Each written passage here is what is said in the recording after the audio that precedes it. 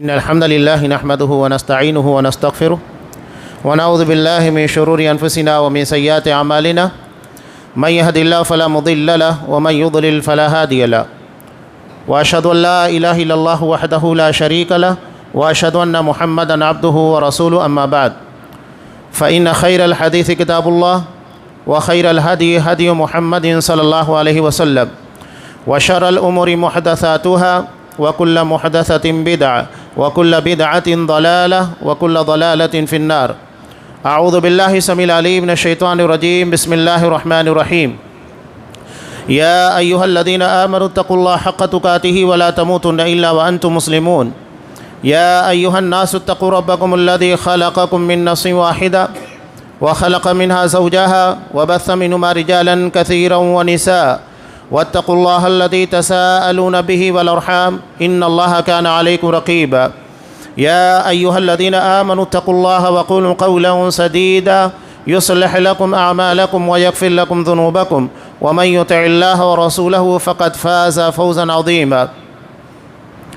وقال ألم يأن للذين آمنوا أن تخشع قلوبهم لذكر الله وما نزل من الحق ولا يكونوا كالذين أوتوا الكتاب من قبل فطال عليهم الأمد فقست قلوبهم وكثير منهم فاسقون. تمام قسم کی تعریفات اللہ رب العالمین وحدہ لا شریک کے لیے لائق و زیبا ہے، جو ساری کائنات کا تنہا خالق و مالک ہے، اور بے شمار درود و سلام ہو اللہ کے آخری نبی جناب کریم محمد رسول اللہ صلی اللہ علیہ وسلم کی ذات مقدسہ پر. محترم سامعین، عزیز ماں بہنوں، خطبہ مسنونہ کے فوراً بعد سورہ حدید کی ایک آیت میں نے آپ کے سامنے تلاوت کی. اللہ تبارک و تعالیٰ نے اس آیت میں اہل ایمان کو خطاب کرتے ہوئے کہا الم یأن للذین آمنوا، کیا ایمان والوں کے لیے وہ وقت تو نہیں آیا ان تخشع قلوبہم لذکر اللہ، کہ اللہ کے ذکر سے ان کے دل خوف زدہ ہو جائے. وما نزل من الحق، اور اللہ نے جو کچھ بھی حق نازل کیا ہے.